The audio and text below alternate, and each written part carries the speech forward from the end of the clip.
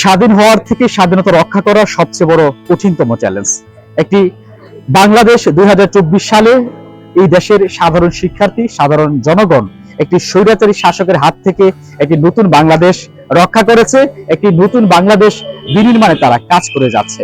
কিন্তু আমাদের পার্শ্ববর্তী বন্ধু দেশ ভারত স্বাধীনতা যুদ্ধে যেমন আমাদেরকে বিভিন্নভাবে সহযোগিতা করেছেন, কিন্তু এই 2024 সালের যে স্বাধীনতা অর্জন হয়েছে সেখানে কিন্তু আমরা নিজেদের তাজা রক্ত দিয়ে নিজের একটি স্বাধীন বাংলাদেশ চিনিয়ে এনেছি।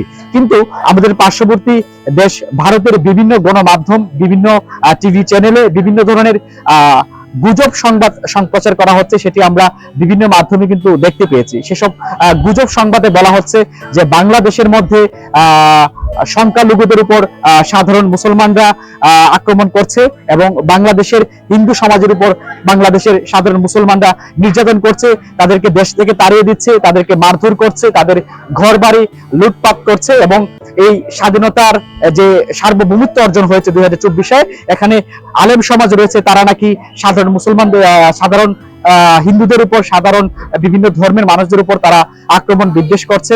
এমন বিভিন্ন গুজব সংবাদ কিন্তু ভারতের বিভিন্ন গণমাধ্যমে সম্প্রচার করা হচ্ছে, যেটি সম্পূর্ণভাবেই ভিত্তিহীন একটি গুজব সংবাদ মাধ্যম। আমি বাংলাদেশের যারা এই স্বাধীনতা সার্বভৌমত্ব অর্জনে যে সাধারণ শিক্ষার্থীরা ভূমিকা রেখেছিলেন, সবার প্রতি আমাদের আহ্বান থাকবে এই স্বাধীনতা অর্জন থেকে স্বাধীনতা রক্ষা করার জন্য নিজেদের স্ব জায়গা থেকে ভূমিকা রাখুন এবং সংখ্যালঘুদের পাশে থাকুন।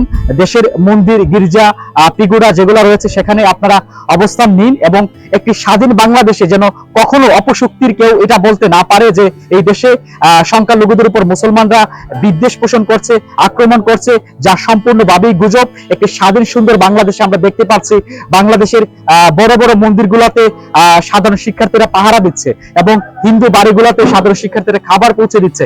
এমন বহু ঘটনা কিন্তু এই 3 দিনের স্বাধীনতার পর আমরা দেখতে পেয়েছি।